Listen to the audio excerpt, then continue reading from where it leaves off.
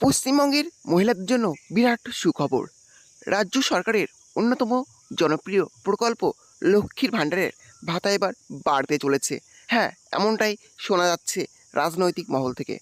এই মাস থেকে সাধারণ মহিলারা 1500 টাকা এবং তপশিলি জাতির মহিলারা 1800 টাকা করে মাসিক ভাতা পাবেন বলেই শোনা যাচ্ছে।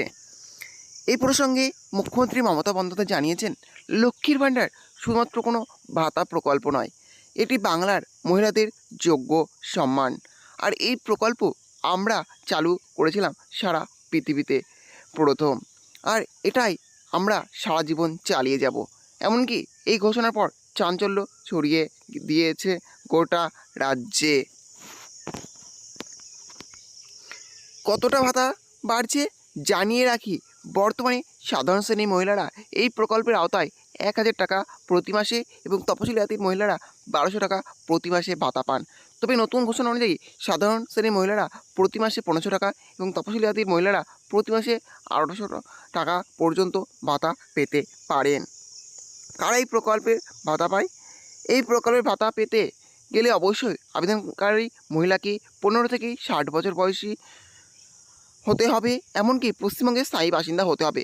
পাশাপাশি পরিবারের কোনো সরকারি চাকরির ব্যক্তি থাকা যাবে না এবং নির্দিষ্ট আর্থিক সীমার মধ্যে থাকতে হবে।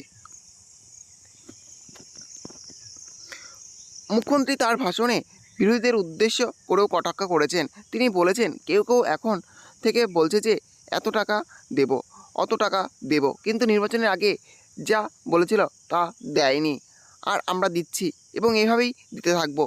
এই বক্তব্যের মাধ্যমে তিনি পরিষ্কার ইঙ্গিত দিচ্ছে যে সামনে নির্বাচনের আগে লক্ষ্মী ভাণ্ডার প্রকল্প ইতিবাচক সাড়া ফেলতে পারে।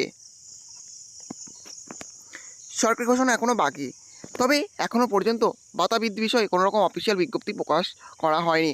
তবে মুখ্যমন্ত্রীর বক্তব্য এবং বিভিন্ন সূত্রের খবর অনুযায়ী এই মাস থেকে নতুন ভাতা কার্যকর হতে পারে বলে মনে করা হচ্ছে। তবে মহিলাদের বাড়তি ভাতা পাওয়ার জন্য এখনও কিছুদিন অপেক্ষা করতে হবে। তাহলে বুঝতে পারলেন, লক্ষ্মীর ভাণ্ডার প্রকল্পের ভাতা বাড়তে চলেছে।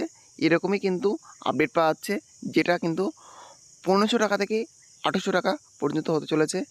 এখন দেখার যে লক্ষ্মীর ভাণ্ডার প্রকল্পের ভাতা কবে থেকে বাড়ে এবং কত টাকা বাড়ে।